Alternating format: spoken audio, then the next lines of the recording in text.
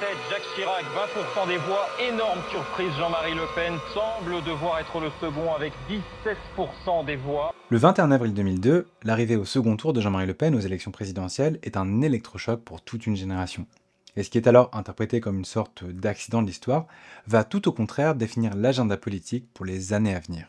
Lentement, mais sûrement, les éléments de langage autrefois associés à la parole de Jean-Marie Le Pen se mettent de plus en plus à hanter un plus large spectre de la parole politique avec deux cibles prioritaires. La population arabe et ses alliés, que l'on a affublés de bien des noms, depuis l'islamo-gauchisme, lointain ancêtre du judéo-bolchevisme d'ailleurs, jusqu'au plus récent wokisme.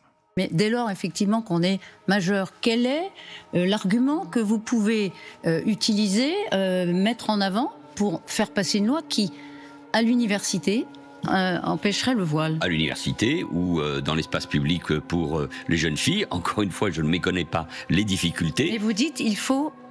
De toute façon, nous ne pouvons pas céder. Les Français en ont assez de l'impuissance politique et publique à l'égard de ces phénomènes. Alors moi, ça m'a toujours choqué d'entrer dans un hypermarché et de voir qu'il y avait en arrivant un rayon de telle cuisine communautaire et de telle autre à côté.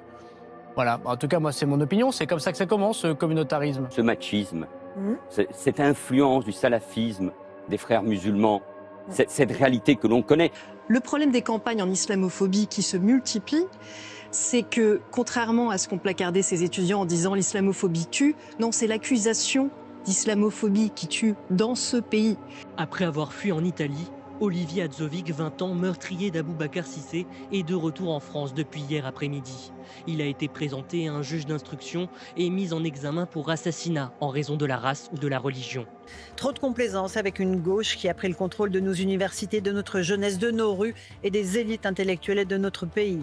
Deux dynamiques se combinent. Une dédiabolisation stratégique de l'extrême droite et une diabolisation de certains adversaires, notamment à gauche, via des étiquettes qui servent à disqualifier. Pendant ce temps, la fenêtre d'Overton continue de bouger, et des récits structurants s'installent. Grand remplacement, ensauvagement, submersion. Et comme on l'a vu, ce ne sont pas simplement des mots, ce sont de véritables outils pour cadrer le réel.